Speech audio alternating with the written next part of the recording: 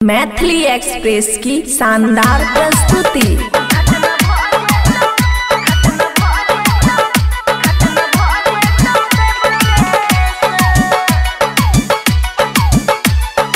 माया recording studio Rajanpur Saharsa. कि बताइयो सखी तोरा गे पिया भेल परदेसी गे, शादी के लियो हम जहिया से दुख भेल सखी बेसी गे, दुख भेल सखी बेसी गे। कि बताइयो तोरा सखी गे पिया भेल परदेसी गे, शादी के लियो हम जहिया दुख भेल सखी बेसी गे। देवरा हमर बड़ा छौ गे खेलारी पिया बुझो नहीं खतरा गे, देवरा हमर बड़ा छौ गे खेलारी पिया बुझो नहीं खतरा गे। जदी सैया घर एतो नहीं हमर घटना भ जेतो देवरे से, जदी सैया घर एतो नहीं हमर घटना भ जेतो देवरे से। DJ Sumit Satish Raima, Sumit Satish Raima. Mix by Aman Akki.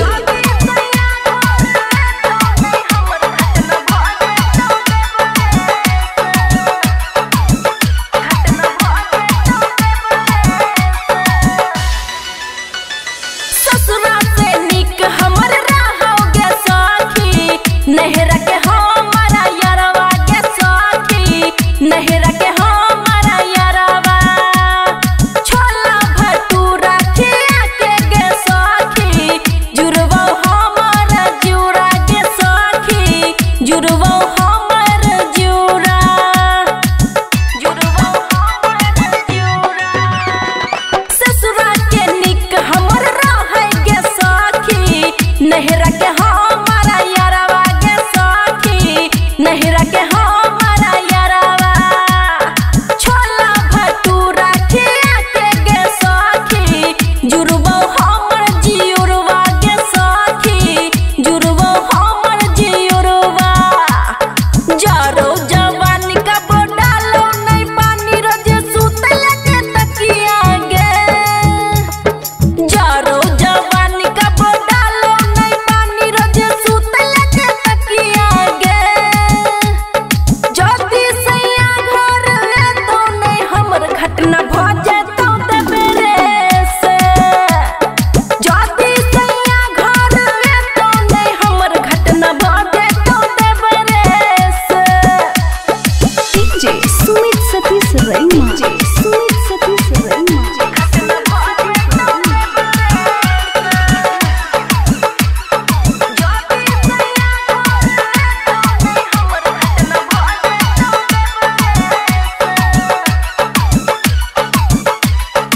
Maya recording studio Rajanpur Saharsa.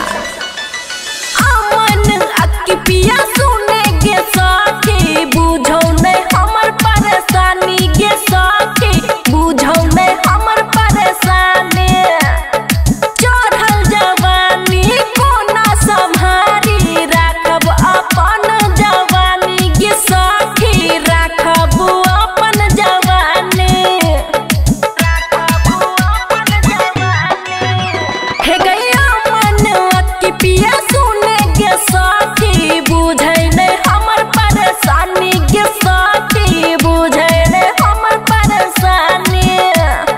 चढ़ल जवानी कोना सम्हारी, राखब अपन जवानी गे सखी, राखब अपन जवानी।